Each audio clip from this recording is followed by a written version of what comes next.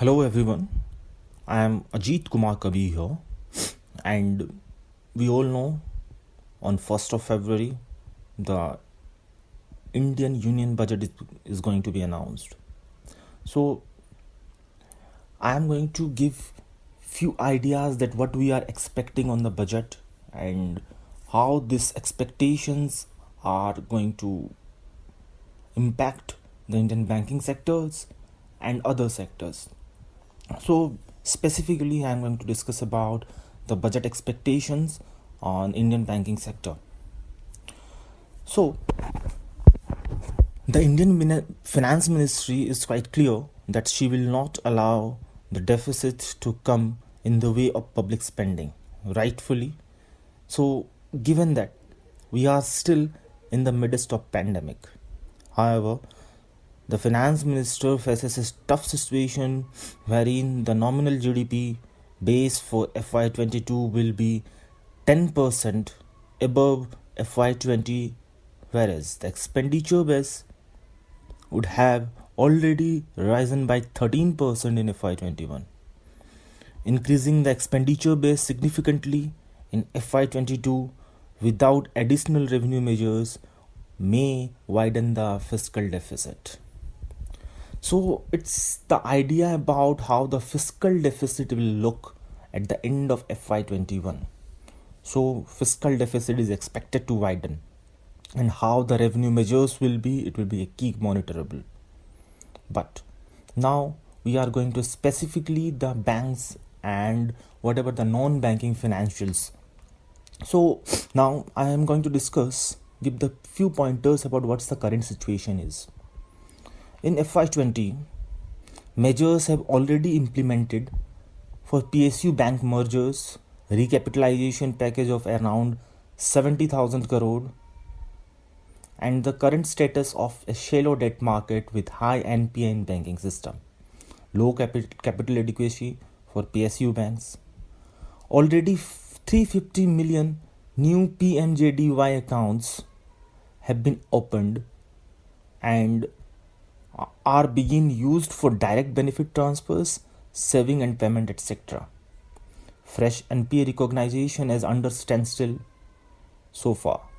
The limited prescribed under section 36(1) for deduction of provision for bad and doubtful debts for Indian bank currently stands at 8.5%.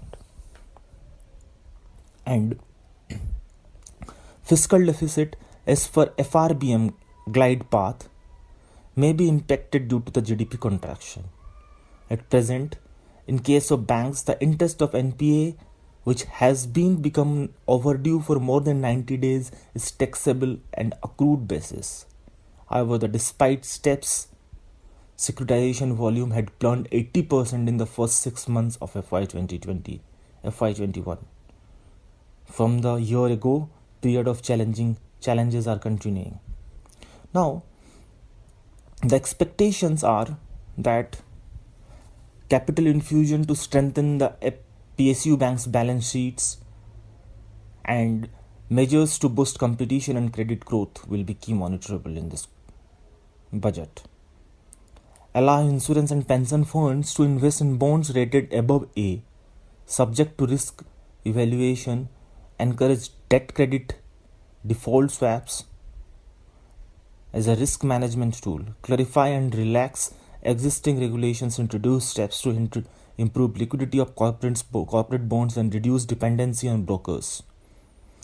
So these sort of things, these sort of measures, according to the recapitalization and to handle the shallow debt market, we can expect. For INPA in banking system, measures to facilitate creation of bed bank is the bed bank system, the concept of bed bank. We have to see that how this budget or the finance ministry is going to announce anything about bad banks. Measures to facilitate creation of bad investment companies is also we are expecting. Financial inclusion, further functionalities on leveraging Jan-Dhan accounts we have to see. We have to again see the government may choose to provide relief to specific sectors, class of borrowers, especially PSU borrowers, in light of the challenges faced by them. So the NPA recognition cycle will again delayed, and it will be given a negative impact to the banking sector. However, government may allow the reduction from provisions for bad and doubtful debts for Indian banks to increase by 15%. So it will again impact the credit cost. So these are the basic things how we are expecting and what we are expecting in the current budget, in forthcoming budget, about banking sector and the other non-banking financial companies. So overall, we are expecting a good budget, and it may give a good sentiments to equity market. So let's see what our finance minister is going to announce. So hoping for the best. Thank you guys. Goodbye.